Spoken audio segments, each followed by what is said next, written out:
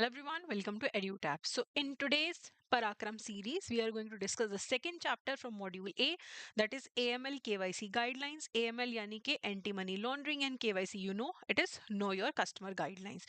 चलिए बात करते हैं. सबसे पहला जो क्वेश्चन है, which of the following is the correct sequence of stages in money laundering? Placement, integration, layering? No. Layering, placement, integration? No. Placement, layering and integration, PLI, this is the correct sequence for money laundering process. तो देखिए, money laundering होता क्या है? Money laundering एक process है जिससे आप अपनी ब्लैक मनी को व्हाइट मनी में कन्वर्ट करते हैं. जो मनी आपने इलेजिटिमेट तरीके से कमाई है या जो गवर्नमेंट के पास रिपोर्टेड नहीं है, टैक्स नहीं पे किया है, वो आपकी ब्लैक मनी रहती है. तो ब्लैक मनी को व्हाइट मनी में कन्वर्ट करने का जो प्रोसेस है वो मनी लॉन्ड्रिंग है. प्लेसमेंट, लेयरिंग, इंटीग्रेशन, 3 इसके अंदर स्टेप्स रहते हैं. तो प्लेसमेंट पहला स्टेप होता है जिसके थ्रू आप ब्लैक मनी को फाइनेंशियल सिस्टम में इंटीग्रेट करते हो. मान लो मेरे पास 5 लाख रुपए ब्लैक मनी है. अगर मैं 5 लाख रुपए का ब्लैक मनी एकदम से बैंक में जमा करवाऊंगी, वो पैन कार्ड मांगेंगे, सोर्स पूछेंगे, मैं तो पकड़ी जाऊंगी कि ब्लैक मनी है मेरे पास. मुझे तो 30-40% टैक्स और पेनल्टी भरना पड़ेगा. तो यहाँ पे मैं क्या करूंगी, 5 लाख को बहुत सारे पार्ट्स में डिवाइड करके अलग अलग तरीके से फाइनेंशियल सिस्टम में डालूंगी. कि खुद थोड़े से पैसे 10-15 हज़ार अकाउंट में डाल ले, अपने घर वालों से डलवा दिया, अपने घर में जो काम करते हैं उससे डलवा दिए, कहीं क्रिप्टो खरीद लिया.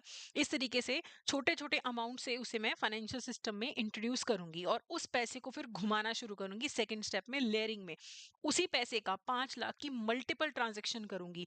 कभी फॉल्स इनवॉइसेस बना लिए, कभी यहां से वहां ट्रांसफर कर दिया, कभी वायर ट्रांसफर कर दिया, कभी लोन शो कर दिया. उस पैसे की इतनी सारी ट्रांजेक्शन्स कर दूंगी मैं कि एक लेयर्स ऑफ ट्रांजेक्शन बन जाएंगी. ताकि जब अल्टीमेटली मैं इंटीग्रेशन करूंगी, फाइनल स्टेप करूंगी, वो पैसा मान लो मैं इंडिया में लेके आऊंगी, ये शो करके ये सारा बहुत सारी ट्रांजैक्शंस करी. इन ट्रांजैक्शन के बाद मैं पैसा लेके गई सिंगापुर में, एक नकली कंपनी रजिस्टर करी और शो कर दिया कि वो कंपनी इंडिया में इन्वेस्टमेंट कर रही है. और उससे थ्रू मैंने इंडिया में वो मैं पैसा ले आई. अब कोई ये जानना चाहे कि सिंगापुर वाली कंपनी के पास पैसे कहाँ से आए, इस ट्रांजैक्शन से, ये ट्रांजैक्शन कहाँ से, इससे. तो इतनी लेयर्स हैं कि इतने ढूंढते ढूंढते ही कोई मतलब सालों लगा दे, पता नहीं लगेगा कि ओरिजिन ऑफ मनी कहाँ पे था.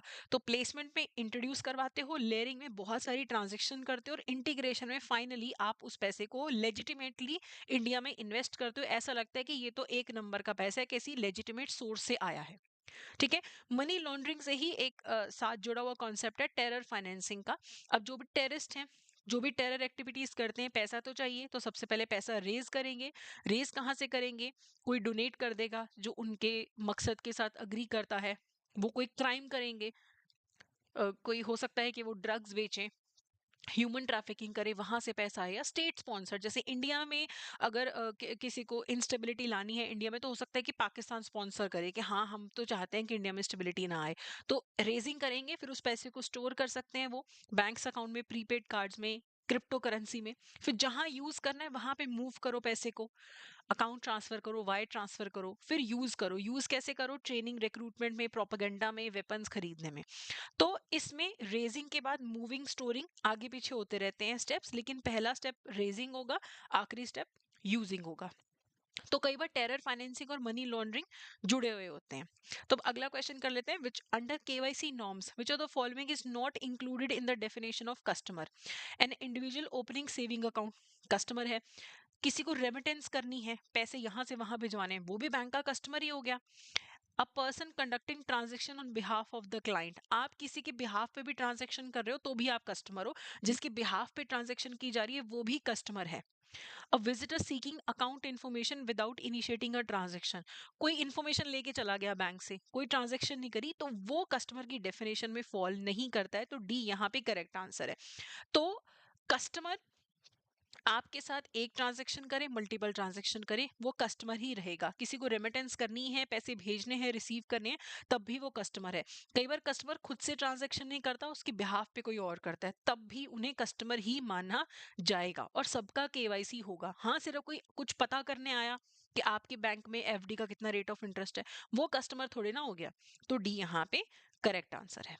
अगला क्वेश्चन है, विच of the following entities is responsible for investigating and prosecuting money laundering offences under PMLA. तो इंडिया में अगर कोई prevention of money laundering act के तहत मनी लॉन्ड्रिंग के ऑफेंसेस में कोई इन्वेस्टिगेशन कर सकता है, प्रोसिक्यूट कर सकता है, तो वो है इन्फोर्समेंट डायरेक्टरेट। तो बी यहाँ पे करेक्ट आंसर है। तो इंडिया में मनी लॉन्ड्रिंग को रोकने के लिए हमारे पास सबसे पहले है prevention of money laundering act. तो अगर आप prevention of money laundering act के तहत आप पे केस होता है तो आपको 3 से लेके 7 साल की सजा हो सकती है। और अगर इस एक्ट के साथ साथ एनडीपीएस एक्ट भी लग जाए, नारकोटिक्स वाला, ड्रग्स वाला एक्ट भी लग जाए, तो फिर मैक्सिमम सजा 10 साल हो सकती है। और आप पे जो फाइन भी लगेगा जेल के साथ, वो डिपेंडिंग अपॉन के कैसा क्राइम किया है। तो prevention of money laundering act के तहत अगर केस होता है तो वो नॉन बेलेबल ऑफेंस है, और ना ही उसमें out of court settlement allowed होती है। ठीक है। तो एक तो ये चीज है इंडिया में मनी लॉन्ड्रिंग को रोकने के लिए। फिर है FIU India, financial intelligence unit India का काम है कि जगह जगह से रिपोर्ट्स इकट्ठी करना। जैसे जो भी एंटिटीज इस एक्ट के अंडर आती हैं, पीएमएल एक्ट के अंदर, उनकी जिम्मेदारी है कि एफआईयू इंडिया के डायरेक्टर को मंथली रिपोर्ट्स बना के भेजनी होती हैं।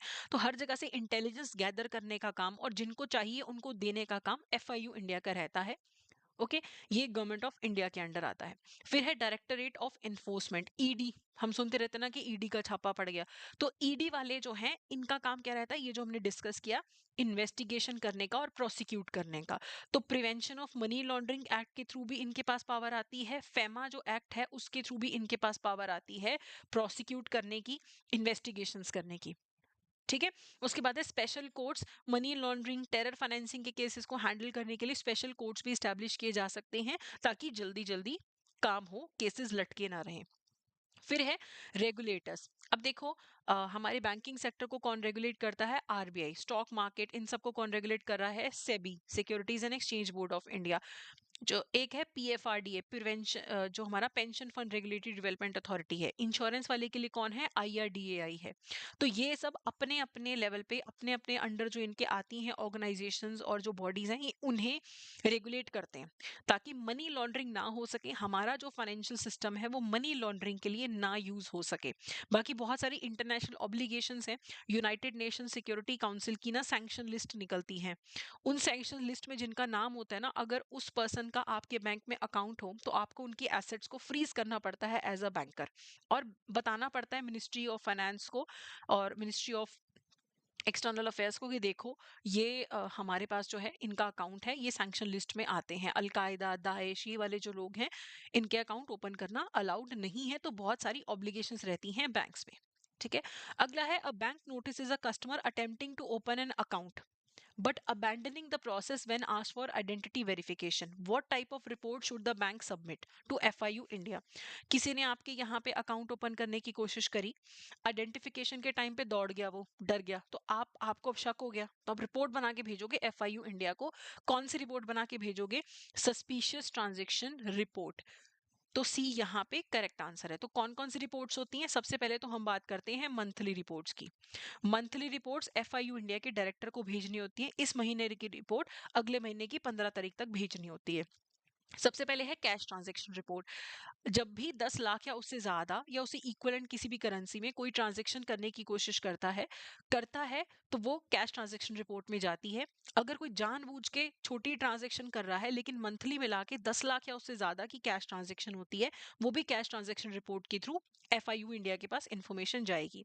फिर अगर कोई 5 लाख या 5 लाख से ज्यादा क्रॉस बॉर्डर वायर ट्रांसफर करता है, चाहे इंडिया में पैसा आए चाहे इंडिया से पैसा जाए, ये cross border wire transfer report के थ्रू बताया जाता है एफआईयू इंडिया को। फिर जितने भी नॉट फॉर प्रॉफिट ऑर्गेनाइजेशंस हैं, उन्हें अगर 10 लाख या उससे ज्यादा का पैसा रिसीव होता है, चाहे इंडियन करेंसी में चाहे फॉरेन करेंसी में, वो एनटीआर रिपोर्ट में, not for profit organisation report में जाएगा।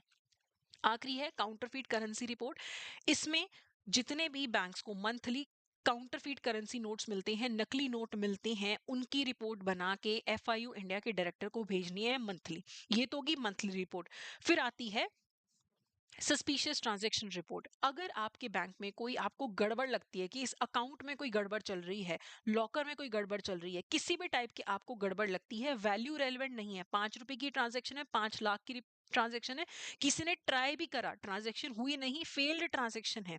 नॉन फाइनेंशियल हो, फाइनेंशियल ट्रांजेक्शन हो, कोई सिर्फ लॉकर यूज करने आया, पैसे का लेन देन नहीं किया, लेकिन आपको शक है कि कुछ गड़बड़ है, तो 7 डेज के अंदर अंदर, शक इस्टेब्लिश होने के अंदर अंदर, 7 दिन के अंदर अंदर, सस्पिशियस इस्टेब्लिश होने के 7 दिन के अंदर अंदर एफआईयू इंडिया के डायरेक्टर को सस्पिशियस ट्रांजेक्शन रिपोर्ट बना के आपको भेजनी पड़ेगी। वैल्यू मैटर नहीं करती है बिल्कुल भी, बाकी सारी मंथली रिपोर्ट्स थी, ये 7 दिन के अंदर अंदर भेजनी होती है एफआईयू इंडिया के डायरेक्टर को। ठीक है, चलिए अगला क्वेश्चन देखते हैं। What is the maximum monetary penalty that can be imposed on a bank for non compliance with PMLA obligation? अगर कोई पीएमएलए के अंडर ऑब्लिगेशंस अपनी नहीं मानता तो मैक्सिमम उन पे 1 लाख रुपए की पेनल्टी लगाई जा सकती है पर वायलेशन। तो सी यहाँ पे करेक्ट आंसर है। तो देखो बहुत सारी ऑब्लिगेशंस आती हैं बैंक्स, फाइनेंशियल इंस्टीट्यूशंस जो भी पीएमएलए के अंडर आते हैं कंप्लायंस करने की, कि रिपोर्ट बनाओ, 5 साल तक सारा डाटा मेंटेन करके रखो। लेकिन अगर वो नहीं करते तो आरबीआई या एफआईयू इंडिया का डायरेक्टर उन्हें रिटर्न वार्निंग दे सकता है, मेजर्स लेने के लिए बोल सकता है और एक्शन टेकन रिपोर्ट बनाने के लिए बोल सकता है। 10,000 से लेके 1 लाख रुपए तक की पेनल्टी लग सकती है पर वायलेशन। सो सारी बातें माननी जरूरी होती हैं under the prevention of money laundering act. Okay, so अब मैं आपको एक चीज और बता दूं कि हमारे कोर्सेज लॉन्च हो चुके हैं। जैप कैप का कंबाइंड मास्टर कोर्स है, बैच 2 मई 2025 एग्जाम के लिए लॉन्च हो चुका है, इसमें भी एनरोल कर सकते हैं। लाइव क्लासेस होंगी, फरवरी तक आपका सिलेबस कवर हो जाएगा। इसके अलावा जैप का अलग से आप मास्टर कोर्स में भी एनरोल कर सकते हैं। 8 मंथ्स वैलिडिटी, 12 मंथ्स वैलिडिटी वाला अवेलेबल है। अलग से किसी स्पेसिफिक सब्जेक्ट का कोर्स लेना चाहते हैं वो भी आपके लिए अवेलेबल है। तो ये जो जैप का मास्टर कोर्स है इसमें आपको live classes, notes, PYQs, test मिलेंगे। जो आपका मास्टर कोर्स है उसमें रिकॉर्डेड क्लासेस, एग्जाम से पहले live classes, notes, mock test सब कुछ मिलेंगे। और अगर आप दोनों जैप कैप दोनों के लिए प्रिपेयर्ड हैं तो फिर इनका भी आप बैक टू बैक तैयारी कर सकते हैं। 18 मंथ्स इसकी वैलिडिटी है। बाकी कोर्सेज की जानकारी के लिए आप हमारी वेबसाइट पे जा सकते हैं। कोई आपको इशू है किसी भी टाइप का तो आप hello@edutap.co.in पे हमें मेल कर सकते हैं या फिर इस नंबर पे भी हमें कॉल कर सकते हैं। मेरा नाम मेघा है। मेरे सब्जेक्ट में कोई डाउट है आपको तो आप मुझसे भी कॉन्टैक्ट कर सकते हैं इन आईडीज पे मेल करके। सो ये था हमारा आज का session. That's it for today. Thank you so much.